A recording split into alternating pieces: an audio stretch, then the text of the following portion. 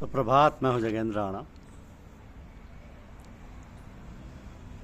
अनुगामिनी अर्धांगिनी, यह हमारी आज की आध्यात्मिक चर्चा का विषय। अनुगामिनी अर्धांगिनी। पारिवारिक जीवन में आध्यात्मिक दृष्टि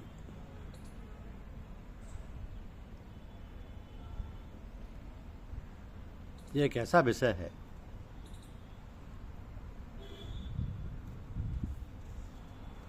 कि उस पर बोलना बहुत संवेदनशील होता है। इसके लिए अपने पूर्वजों द्वारा कहे गए उपदेशों को स्मृति में लाकर उनका प्राकट्य करना अपने लिए मार्गदर्शन के साथ साथ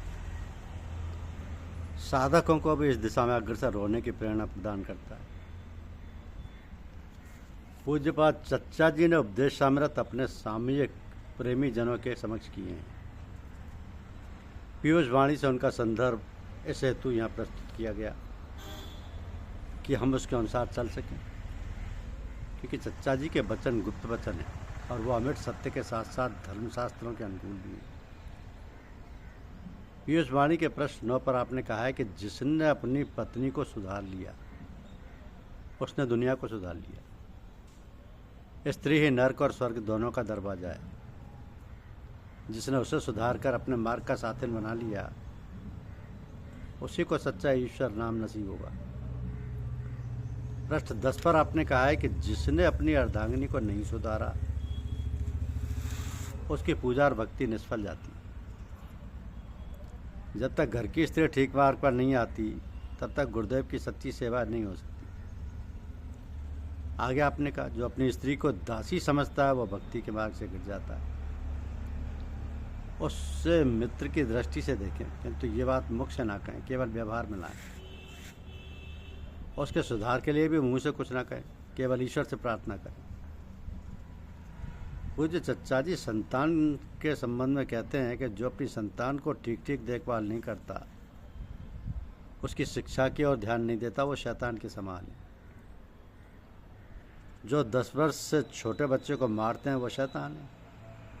उन्हें समझा बुझाकर फुसलाकर सन्मार्ग पर लाएं, उन पर कभी हाथ ना उठाएं। चच्चा जी महाराज ने स्त्री और बच्चों के सुधार हेतु संक्षिप्त रूप में सब बातें कह दी, जिन पर चलकर हम अपने परिवार को आध्यात्मिक मार्ग का पथिक बना सकते हैं। क्योंकि चच्चा जी के उपदेश सूत्र रूप में उसी प्रकार हैं जिस प्रकार धर्मशास्त्रों में आध्यात्मिक मार्ग का वर्णन सूत्र रूप में किया गया है, और जिसे पढ़कर बिना मार्गदर्शक के हम आगे नहीं बढ़ सकते।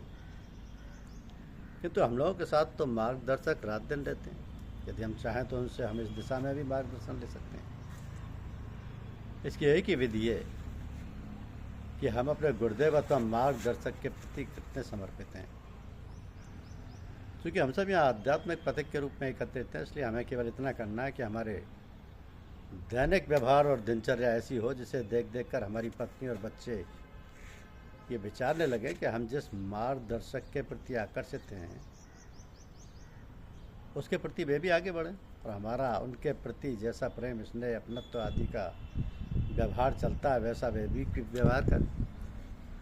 इस व्यवहार के 2 पहलू हैं, एक सूक्ष्म और दूसरा स्थूल, अर्थात एक आंतरिक और दूसरा बाह्य। अब आंतरिक ये है कि हम अपने मार्गदर्शक को अपने अंतःस्थल में कितना स्थान देते हैं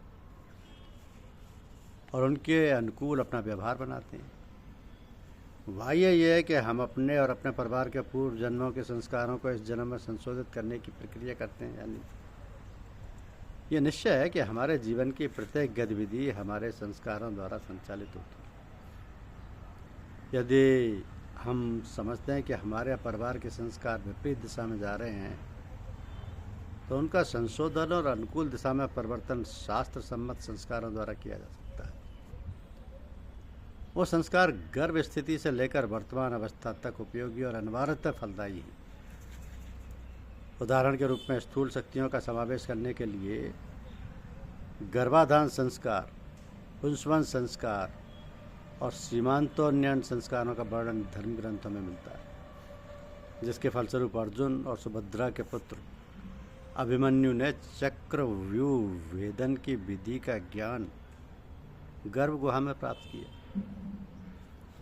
और सूक्ष्म तथा आध्यात्मिक शक्ति के समावेश के फलस्वरूप महात्मा वेद व्यास के पुत्र सुखदेव जी वेदों का महान ज्ञान गर्भ में ही प्राप्त कर चुके थे। तो ये सत्य है कि महाभारत काल के महापुरुष उच्च कोटि के व्यक्तित्व के धनी थे। हम उनकी कोटि में नहीं पहुंच सकते, परंतु अपने मार्गदर्शक के सानिध्य में उनका अनुकरण करके इस मार्ग में अपने परिवार को ला सकते हैं। जैसा कि चचा जी महाराज के मुख से कुछ कहने का निषेध किया है, तो कुछ कहने की अपेक्षा हमारा रहन सहन, हमारा व्यवहार और ईश्वर या गुरुदेव में हमारी आस्था एक ऐसा संबल है जिसे देख देख कर हमारा परिवार भी इस मार्ग का अनुगामी हो सकता है। और फिर गुरुदेव की कृपा और हमारी प्रार्थना इसमें चार चांद लगा देगी, इसमें संदेह नहीं है।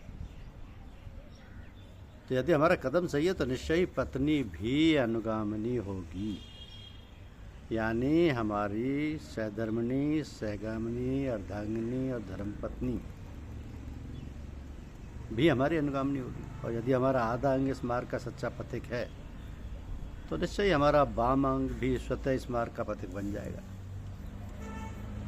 यदि ऐसा नहीं होता है तो यह मानना ही होगा कि हमारा दक्षिणांग स्वयं इस मार्ग का सच्चा पथिक नहीं बन पाया है, अर्थात हमारी आस्था ही अधूरी है। फिर दोष किसका है यह हमें विचारना। फिर दोष किसका है यह हमें विचारना है, क्योंकि विषयों को हमने नहीं भोगा किंतु विषयों ने हमारा ही भुगतान कर दिया। हमने तप को नहीं तपा किंतु तप ने हमें ही तपा डाला। काल का खात्मा नहीं हुआ किंतु हमारा ही खात्मा हो चला। तृष्णा का बुढ़ापा ना आया किंतु हमारा ही बुढ़ापा आ गया। तो ये काम क्रोध बड़े ही क्रूर हैं, इनमें दया का नाम नहीं, इन्हें काल ही समझो। ये ज्ञान निधि के सांप, विषय कंदरा के बाघ, भजन मार्ग के घातक हैं। ये जल में नहीं, बिना जल के ही डुबो देते हैं, बिना आग के ही जला देते हैं और बिना शस्त्र के ही मार डालते हैं। गौ अपने गले में पड़ी हुई माला के रहने या गिरने की तरफ कुछ भी ध्यान नहीं देती। इसी प्रकार प्रारब्ध की डोरी में प्रया हुआ शरीर रहे या जाए, इसके चित्त की वृत्ति आनंद स्वरूप ब्रह्म में लीन हो गई। वो पुरुष फिर उसकी तरफ देखता ही नहीं। विषय वासना के वश में होकर सांसारिक बंधनों में फंसना मानव धर्म नहीं। स्त्री, धन, पुत्र, पशु, घर, भूमि, हाथी, खजाना, ये सभी नासवान, क्षणभंगुर और चलायमान हैं। एकमात्र भगवान की भक्ति से प्राप्त मोक्ष ही अक्षय और सर्वश्रेष्ठ है। अतः हम सभी व्यक्तियों को भगवत भक्ति में लग जाना चाहिए।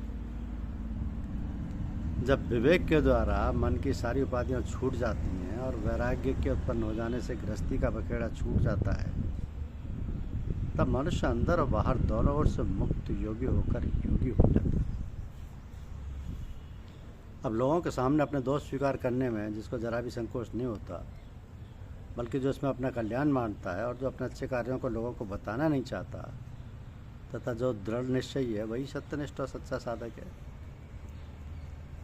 तो धन, स्त्री और मान, इन तीनों का मोह छोड़ने की चेष्टा करो। धन का महत्व हृदय से निकाल दो। दान और सत्कार्य के लिए भी धन संग्रह की चेष्टा मत करो। न सत्कार्य की प्रवृत्ति के लिए ही किसी धनवान से धन मांग कर धन का महत्व प्रदान करो। अपने लोभ रहित न्यायोपार्जित धन से यथा योग्य सत्कार करो। उस माता लक्ष्मी को भगवान की गृहिणी समझकर भगवान के चरणों में भेंट कर दो। तुम तो माँ का दिया हुआ प्रसाद मात्र ग्रहण करो। माँ लक्ष्मी को कभी भोग्या मत समझो। तुम किसी सत्कार में लगे हो तो जहाँ तक हो बिना मांगे मिल जाए, उसी धन से सत्कार करो। धन में तुच्छ बुद्धि करो और उसकी आवश्यकता को यथासाध्य घटाते रहो, जिससे तुम्हें किसी से भी कुछ मांगना ना पड़े।